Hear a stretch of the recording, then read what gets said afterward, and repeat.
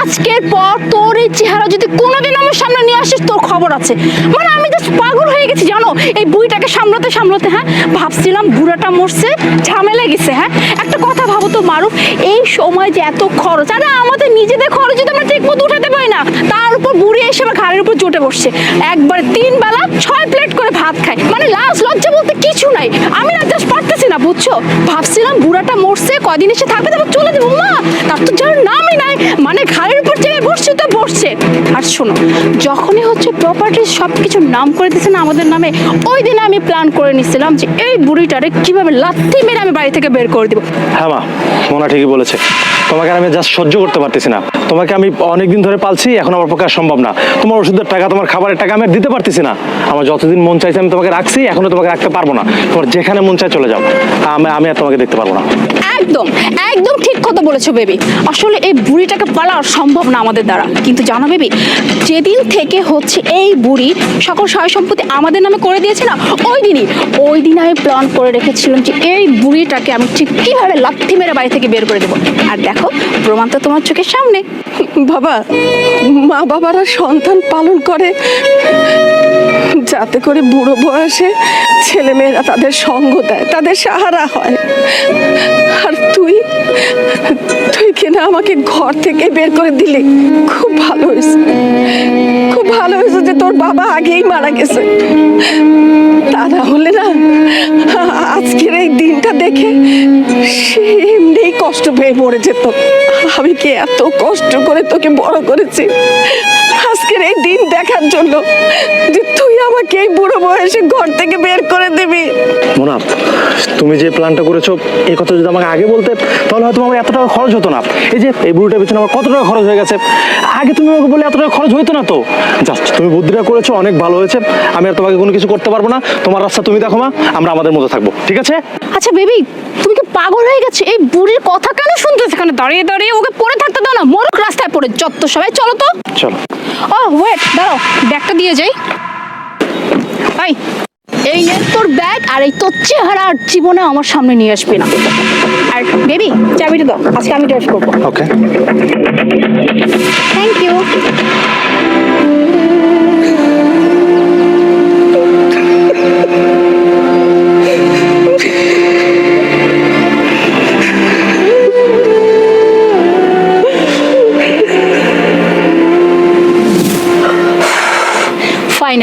Finally বুড়িটাকে একদম বিদায় করতে পারছি, মানে ঘাট থেকে ঝামেলাটাকে বিদায় করতে পারলাম আজকে। হ্যাঁ, তুমি ঠিকই বলেছো। এই ঝামেলাটা থাকলে না আমাদের এক্সট্রা খরচ হতো, এখন আর কোনো খরচ হবে না, কোনো ঝামেলাই নাই। আচ্ছা বেবি, আজকে যেহেতু এই ঝামেলাটাকে বিদায় করেছি, তার মানে তো আজকে অনেক ভালো একটা দিন। চলো আজকে আমরা একটা পার্টি করি, কি বলো? গ্রেট, চলো আজকে আমরা একটা জম্পেশ পার্টি দিই।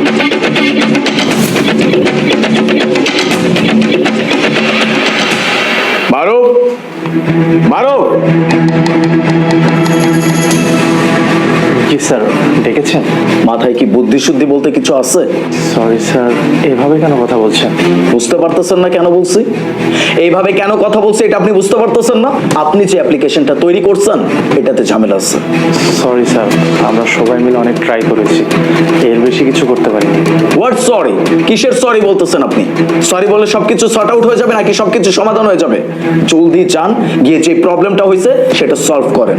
50 জনের টিম আমার, সবাই মিলে গিয়ে এটা সর্ট আউট করেন, যান।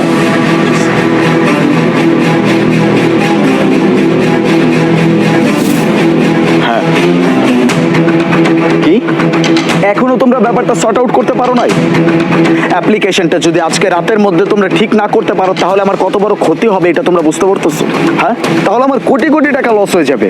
বাবা, একটা কলম দেন না। দেখো, আমি কিচ্ছু বুঝি না, পুরো 50 জনের একটা টিম, তারপরেও যদি তোমরা এই ব্যাপারটা সর্ট আউট করতে না পারো তাহলে তোমাদেরকে দিয়ে আমি করতেছি কি? স্যার, নেন না একটা কলম।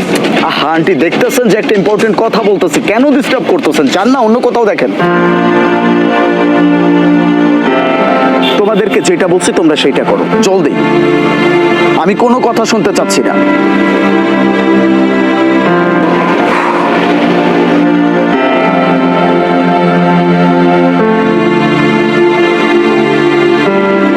Excuse me aunty.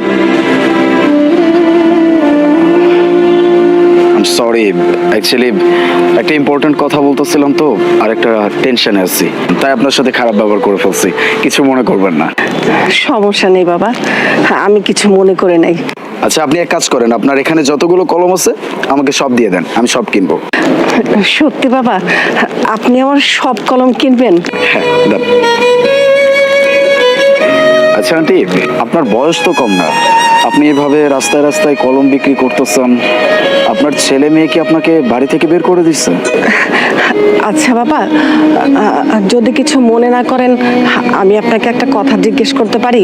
শিওর। আপনি ওই যে কিছুক্ষণ আগে ফোনে কথা বলছিলেন যে আপনার অফিসে কি একটা সমস্যা চলছে, আপনি কি আমাকে বলবেন কি সমস্যা? তেমন কিছু না, আমার একটা কোম্পানি আছে, অ্যাপ ডেভেলপমেন্ট কোম্পানি। আমার একটা অ্যাপ নিয়ে অনেক ঝামেলা হয়ে গেছে, এই অ্যাপ্লিকেশনটা আমি কোনোভাবেই ঠিক করতে পারতেছি না। 50 জনের একটা টিম আছে, তারা 50 জন মিলেও এই অ্যাপ্লিকেশনটা কোনোভাবেই ঠিক করতে পারতেছে না। আর আজকে রাতের মধ্যে যদি আমি অ্যাপ্লিকেশনটা ঠিক না করতে পারি, তাহলে আমার অনেক বড় একটা ক্ষতি হয়ে যাবে, কোটি কোটি টাকা লস হয়ে যাবে আমার। ও আচ্ছা, আপনি কিছু মনে না করলে আমি কি একবার ট্রাই করতে পারি? আপনি পারবেন? হ্যাঁ বাবা, আমি তো এই কাজ করেই চলেছি এতদিন। ঠিক আছে, চলেন আমার সাথে। আসুন।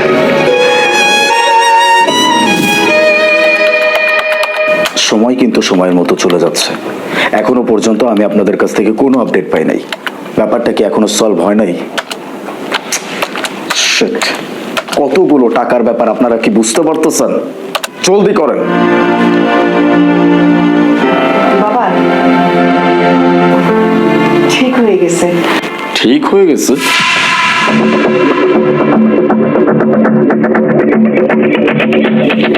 Oh my God, great! মানে এটা তো সত্যি ঠিক হয়ে গেছে। আপনি কিভাবে করলেন এটা? আসলে কি বাবা, আমি গত 20 বছর ধরে এই অ্যাপের কাজই করে যেতাম, এখন তো বয়স হয়ে গেছে, তাই এখন আর কোনো চাকরি করি না। আপনি নিজেও জানেন না যে আপনি আমার কত বড় একটা উপকার করছেন। 50 জনের টিম ছিল আমার, এই 50 জন মিলেও এই ব্যাপারটা এখনো পর্যন্ত সলভ করতে পারে না, আর আপনি 10 মিনিটের ভিতরে করে দিলেন। ওয়াও! আপনি যদি কিছু মনে না করেন তাহলে আপনি প্লিজ আমার কোম্পানি জয়েন করে ফেলুন। না বাবা, সেটা হয় না, কারণ বুঝতেই তো পারো আমার বয়স হয়ে গেছে, আর তাছাড়া আমি চোখেও কম দেখি। তোমার এত বড় কোম্পানির দায়িত্বটা আমি নিতে পারবো না। বুঝতে পারছি, এরকম বয়সে এরকম ছোট ছোট সমস্যা হবে, এটা আমি খুব ভালো করে জানি। আপনি একদম চিন্তা করবেন না, আমি আপনাকে এই শহরের সব থেকে বড় ডক্টরের কাছে নিয়ে যাবো, আমি আপনার চোখের চিকিৎসা করাবো। তারপরে প্লিজ আপনি না করবেন, আমার কোম্পানি জয়েন করেন। ঠিক আছে বাবা, যেমনটা তোমার ইচ্ছা। গ্রেট, এক মিনিট। মারুফ, মারুফ! মারো। জি স্যার, বল। আজকের পর থেকে আপনাদের টিমের টিম লিডার হচ্ছেন উনি। জি স্যার। মা? মা? আপনি ওনাকে মা বললেন কেন? উনি আপনার মা? মানে আপনি ওনার সন্তান? তার মানে আপনি ওনাকে বাসা থেকে বের করে দিচ্ছেন? ও মাই গড, এটা আমি কি শুনতেছি? What a coincidence! এই মানুষটার সাথে আমার রাস্তায় দেখা হয়েছিল, মানে উনি আমার কাছে কলম বিক্রি করতে আসছিল, কলম বিক্রি করে এই মানুষটা নিজের জীবনযাপন করতেছে, আর আপনি তার সন্তান। উনি আমাকে বলছে যে ওনার ছেলে নাকি ওনাকে বাসা থেকে বের করে দিচ্ছে, তার মানে সেই কুলাঙ্গারটা আপনি। আমি ভাবতেও পারতেছি না এরকম একটা মানুষ, এরকম একটা অমানুষ আমার কোম্পানিতে চাকরি করতেছে। আপনি কত বড় অন্যায় করছেন, আপনার কোনো ধারণা আছে? নিজের মাকে বাড়ি থেকে বের করে দিচ্ছেন, যেই মানুষটা আপনাকে 10 মাস 10 দিন তার গর্ভে ধারণ করছে, আপনাকে জন্ম দিছে, পৃথিবীর আলো দেখাইছে, আপনাকে মানুষের মতো মানুষ করছে। আজকে আপনি এই মানুষটার জন্য এরকম একটা অবস্থানে দাঁড়ায় আছেন, এত বড় একটা কোম্পানিতে আপনি জব করতেছেন, আর আপনি সেই মাকে বের করে দিচ্ছেন। আমি না বুঝতে পারি না আজকালকার ছেলেমেয়েরা এমন কেন, নিজের বাবা মাকে দেখতে পারে না, তাদেরকে রাস্তায় ফেলে দেয়। আমি বুঝি, আমি না খুব ভালো করে বুঝি মা বাবার অভাবটা আসলে কি, কারণ আমি ছোটবেলায় নিজের মা বাবাকে হারাইছি। তারপর থেকে আমি নিজেই প্রতিজ্ঞাবদ্ধ হয়েছিলাম যে আমি আমার মৃত বাবা মায়ের মান সম্মান অনেক উপরে নিয়ে যাব, আমি তাদের নাম উজ্জ্বল করব। এই জন্য আমি পরিশ্রম করা শুরু করি। আজকে আমার কাছে সবকিছু আছে, বাড়ি গাড়ি টাকা পয়সা, কোনো কিচ্ছুর অভাব নেই। অভাব শুধু একটাই, নিজের বাবা মায়ের। একটা কথা বলে দিই, কান খুলে শুনে রাখুন, দাঁত থাকতে দাঁতের মর্যাদা দিতে জানতে হয়। যদি সেটা করতে না পারেন তাহলে যখন আপনি দাঁত হারাবেন তখন এটার জন্য আফসোস করে কোনো লাভ নেই। আমি কাকে কি বলতেছি? আপনাকে এসব কিছু বলা মানে আমি আমার সময় নষ্ট করতেছি। আমি আমার সময় নষ্ট করতে চাই না। আপনার মতো এমপ্লয়ি আমার কোম্পানিতে কোনো দরকার নেই। এই মুহূর্তে আপনি আমার কোম্পানি থেকে চলে যাবেন। চান বেরোন। স্যার স্যার স্যার প্লিজ আমার কথাটা একটু শুনুন স্যার। আসলে হয়েছে কি, আমি আমি আমার মাকে বাসা থেকে বের করে দিতে চাইনি স্যার।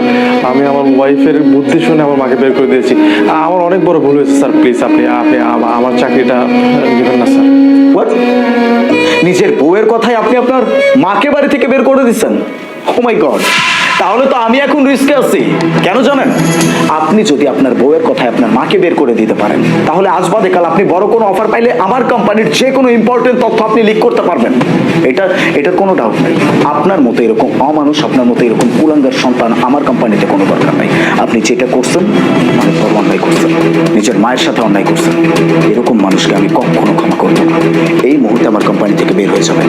সসম্মানে রিসিপশনে গিয়ে নিজের রিজাইন লেটার নিচে লিখবেন। যান। না বাবা, তুমি ওকে চাকরি থেকে বরখাস্ত করো না। ঠিক আছে, ও আমার সাথে অন্যায় করেছে, আমি মনে কিছু রাখি নাই। আর তাছাড়া ও যে অন্যায়টা করেছে আমার সাথে, যখন ও সন্তানের বাবা হবে তখন ঠিকই বুঝতে পারবে। যখন ওর সন্তানরা ওর সাথে এই ব্যবহারটা করবে, ওকে যদি বাসা থেকে বের না করে দেয়, আমি যেন তাই দোয়া করি। দেখতে পাচ্ছেন, এই মানুষটাকে বাড়ি থেকে বের করে দিচ্ছে আর সেই মানুষটা আপনার হয়ে সুপারিশ করতেছে। এটাই মায়ের জাত। আপনি যতই তাদের সাথে অন্যায় করেন না কেন, তারপরেও এই মানুষগুলো, এই মায়ের জাত কখনো নিজের সন্তানের খারাপ দেখতে পারে না। এখনো যদি আপনার বিবেক জাগ্রত না হয় তাহলে কখনো সম্ভব না। আমি আপনাকে আজকে একটা কথা বলে দিচ্ছি, শুধুমাত্র আপনার মায়ের কথায় আমি আপনার চাকরিটা খাচ্ছি না, কিন্তু ওনার খোঁজ খবর আমি সবসময় রাখবো। আর ওই যে বলছি, এই কোম্পানিতে আপনাদের টিমের টিম লিডার হয়ে উনি কাজ করবে। যদি কখনো আমি দেখছি বা শুনছি যে ওনার সাথে আপনি আবার কোনো অন্যায় করছেন, সেদিন আমি আপনাকে ছেড়ে কথা বলবো না। জি স্যার। মা মা তুমি আমাকে মাফ করে দাও মা। আমি অনেক বড় ভুল করছি মা। আমি সত্যিই কুলাঙ্গার। আমি যদি কুলাঙ্গার না হই তাহলে আমি তোমাকে বাসা থেকে কেন বের করে দেবো আমার বউয়ের কথায়? মা তুমি আমাকে মাফ করে দাও। আমি আর কখনো এমন কিছু করবো না মা। আমি সত্যি বলতেছি, আমি আর কখনো এমন কিছু করবো না। তুমি আজকে থেকে আমার সাথে থাকবে। আর আমি তোমাকে কথা দিচ্ছি, আজকের পর থেকে আমি আর কখনো এমন করবো না তোমার সাথে। আর বাসার কেউ কখনো তোমার সাথে এমন করবো না। প্লিজ প্লিজ মা, তুমি আমার সাথে চলো বাসায়। থাক বাবা, আমি যেখানে আছি ভালো আছি।